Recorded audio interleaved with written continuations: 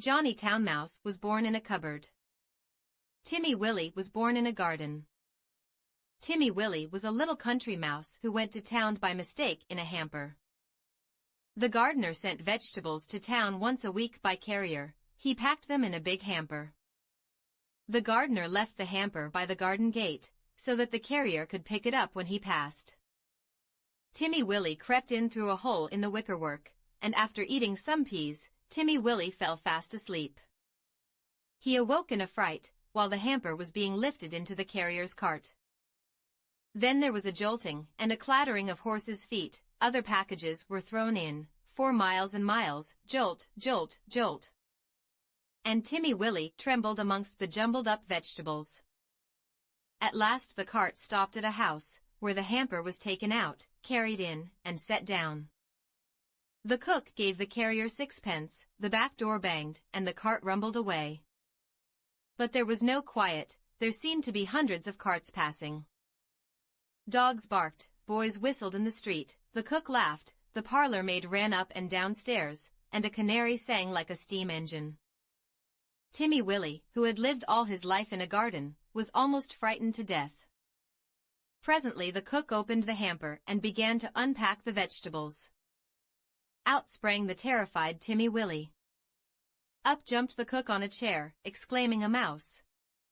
A mouse! Call the cat! Fetch me the poker, Sarah!" Timmy Willie did not wait for Sarah with the poker. He rushed along the skirting board till he came to a little hole, and in he popped. He dropped half a foot and crashed into the middle of a mouse dinner party, breaking 3 glasses. "Who in the world is this?" inquired Johnny Town Mouse. But after the first exclamation of surprise, he instantly recovered his manners. With the utmost politeness he introduced Timmy Willie to 9 other mice, all with long tails and white neckties. Timmy Willie's own tail was insignificant. Johnny Town Mouse and his friends noticed it, but they were too well bred to make personal remarks. Only one of them asked Timmy Willie if he had ever been in a trap. The dinner was of 8 courses, not much of anything, but truly elegant. All the dishes were unknown to Timmy Willie, who would have been a little afraid of tasting them, only he was very hungry, and very anxious to behave with company manners. The continual noise upstairs made him so nervous that he dropped a plate. "Never mind, they don't belong to us," said Johnny.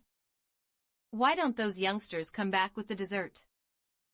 It should be explained that 2 young mice, who were waiting on the others, went skirmishing upstairs to the kitchen between courses. Several times they had come tumbling in, squeaking and laughing. Timmy Willie learnt with horror that they were being chased by the cat. His appetite failed, he felt faint. "Try some jelly?" said Johnny Town Mouse. "No? Would you rather go to bed? I will show you a most comfortable sofa pillow." The sofa pillow had a hole in it. Johnny Town Mouse quite honestly recommended it as the best bed, kept exclusively for visitors. But the sofa smelt of cat.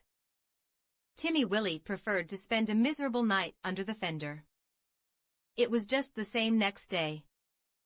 An excellent breakfast was provided, for mice accustomed to eat bacon, but Timmy Willie had been reared on roots and salad.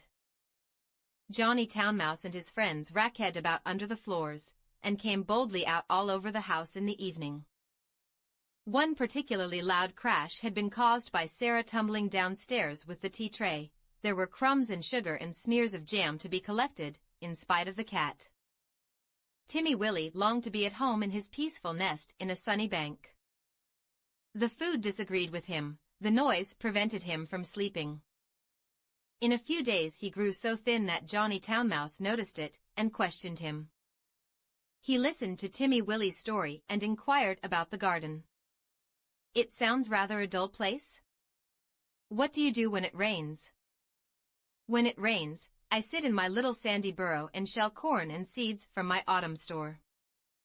I peep out at the throstles and blackbirds on the lawn, and my friend Cock Robin. And when the sun comes out again, you should see my garden and the flowers, roses and pinks and pansies, no noise except the birds and bees, and the lambs in the meadows." There goes that cat again, exclaimed Johnny Town Mouse. When they had taken refuge in the coal cellar, he resumed the conversation. I confess I am a little disappointed. We have endeavored to entertain you, Timothy William. Oh yes, yes, you have been most kind, but I do feel so ill, said Timmy Willie. It may be that your teeth and digestion are unaccustomed to our food. Perhaps it might be wiser for you to return in the hamper. Oh. Oh. Cried Timmy Willie. Why, of course, for the matter of that we could have sent you back last week, said Johnny rather huffily. Did you not know that the hamper goes back empty on Saturdays?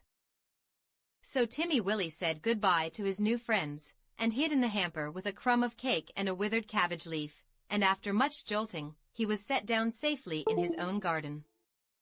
Sometimes on Saturdays he went to look at the hamper lying by the gate, but he knew better than to get in again. And nobody got out, though Johnny Town Mouse had half promised to visit. The winter passed, the sun came out again. Timmy Willie sat by his burrow warming his little fur coat and sniffing the smell of violets and spring grass. He had nearly forgotten his visit to town. When up the sandy path, all spick and span with a brown leather bag, came Johnny Town Mouse. Timmy Willie received him with open arms. You have come at the best of all the year. We will have herb pudding and sit in the sun. It is a little damp, said Johnny Town Mouse, who was carrying his tail under his arm, out of the mud. What is that fearful noise? He started violently. That? Said Timmy Willie, that is only a cow. I will beg a little milk. They are quite harmless, unless they happen to lie down upon you. How are all our friends? Johnny's account was rather middling. He explained why he was paying his visit so early in the season. The family had gone to the seaside for Easter. The cook was doing spring cleaning, on board wages, with particular instructions to clear out the mice. There were 4 kittens, and the cat had killed the canary. They say we did it, but I know better, said Johnny Town Mouse. Whatever is that fearful racket? That is only the lawnmower. I will fetch some of the grass clippings presently to make your bed. I am sure you had better settle in the country, Johnny. We shall see by Tuesday week. The hamper is stopped while they are at the seaside. I am sure you will never want to live in town again, said Timmy Willie. But he did.